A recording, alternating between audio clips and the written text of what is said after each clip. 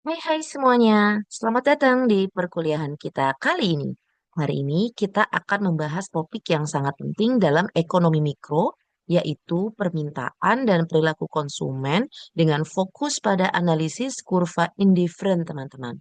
Topik ini akan membantu teman-teman memahami bagaimana konsumen membuat pilihan dalam menggunakan pendapatannya untuk memperoleh kepuasan maksimal. Oke, jadi pada dasarnya pembahasan ini berfokus pada bagaimana konsumen membuat keputusan dalam mengalokasikan pendapatannya untuk berbagai barang dan jasa. Kita juga akan melihat bagaimana perubahan harga dan pendapat dapat mempengaruhi keputusan tersebut, serta mengapa dalam kenyataannya perilaku konsumen tidak selalu rasional, ya, seperti yang diasumsikan teori ekonomi klasik. Nah, pemahaman tentang perilaku konsumen ini penting sekali, terutama bagi teman-teman yang nanti akan bergerak di bidang pemasaran, bisnis, atau analisis kebijakan ekonomi. Oke, kita mulai dengan dasar dulu. Kita ulang-ulang lagi ya dari materi-materi yang sama seperti di minggu-minggu sebelumnya, yaitu konsep permintaan. Permintaan adalah jumlah barang atau jasa yang ingin dan mampu dibeli oleh konsumen pada berbagai tingkat harga tertentu dalam periode waktu tertentu dengan asumsi faktor lain yang tetap. Oke, hubungan antara harga dan jumlah yang diminta itu bersifat negatif. Ketika harga naik, jumlah yang diminta menurun. Dan ketika harganya turun, permintaan meningkat. Ini yang kita kenal dengan hukum permintaan. Tapi tentu saja permintaan tidak hanya dipengaruhi oleh harga. Ada faktor-faktor lain seperti pendapatan konsumen, selera, atau preferensi, harga barang lain, ekspektasi terhadap harga di masa depan, dan jumlah konsumen di pasar. Semua faktor ini membentuk perilaku konsumsi masyarakat. Baik, sekarang kita masuk ke teori perilaku konsumen. Teori ini menjelaskan bagaimana individu membuat keputusan untuk memilih kombinasi barang dan jasa guna memaksimalkan kepuasan mereka. Tentu saja dengan keterbatasan sumber daya atau pendapatan yang dimiliki. Dalam teori ini ada dua hal penting yang perlu teman-teman pahami. Pertama adalah preferensi konsumen yang kita gambarkan melalui kurva indifferent, yaitu kurva yang menunjukkan kombinasi dua barang yang memberikan tingkat kepuasan yang sama. Kedua adalah kendala anggaran, yaitu batas kemampuan konsumen untuk membeli barang berdasarkan pendapatan dan harga yang berlaku. Nah, tujuan utama konsumen adalah mencapai kepuasan maksimal yang masih bisa dicapai dalam batas pendapatan yang dimiliki. Oke, kurva indifferent. Sekarang kita bahas ya lebih dalam lagi tentang kurva indifferent ini. Kurva ini menggambarkan kombinasi dua barang yang memberikan tingkat kepuasan yang sama bagi konsumen. Ciri-cirinya pertama, kurva ini miring ke bawah dari kiri atas ke kanan bawah. Karena ketika jumlah satu barang meningkat, maka jumlah barang lain harus dikurangi agar kepuasannya tetap sama. Kedua, kurva indifferent tidak pernah berpotongan satu sama lain. Ketiga, semakin ke kanan atas artinya tingkat kepuasan konsumen semakin tinggi. Dan keempat, bentuknya cembung ke arah titik origin karena menunjukkan adanya marginal rate of substitution yang menurun. Oke, atau MRS. Apa itu MRS? Yaitu tingkat kesediaan konsumen untuk menukar sejumlah barang X dengan barang Y tanpa mengubah tingkat kepuasannya. MRS ini biasanya menurun, artinya semakin banyak suatu barang yang dimiliki, semakin kecil tambahan kepuasan dari barang itu.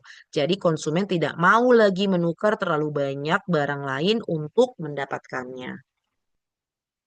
Oke, supaya lebih paham di sini kita akan belajar ya contoh-contoh soal. Kita akan analisis bagaimana perubahan kombinasi dua barang bisa tetap memberikan kepuasan yang sama dan bagaimana kita menghitung MRS dari kasus tersebut. Oke, ini kita masih membahas ya dari contoh soal sebelumnya. Nah, ini juga masih sama ya teman-teman.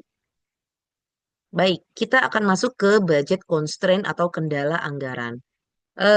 Kendala anggaran ini menunjukkan kombinasi dua barang yang bisa dibeli konsumen dengan pendapatan tertentu dan harga barang yang berlaku. Garis anggaran akan bergeser atau miring tergantung pada perubahan pendapatan atau harga. Konsumen hanya bisa memilih kombinasi yang berada pada di bawah garis anggarannya, tidak bisa di luar karena itu melebihi kemampuannya, teman-teman.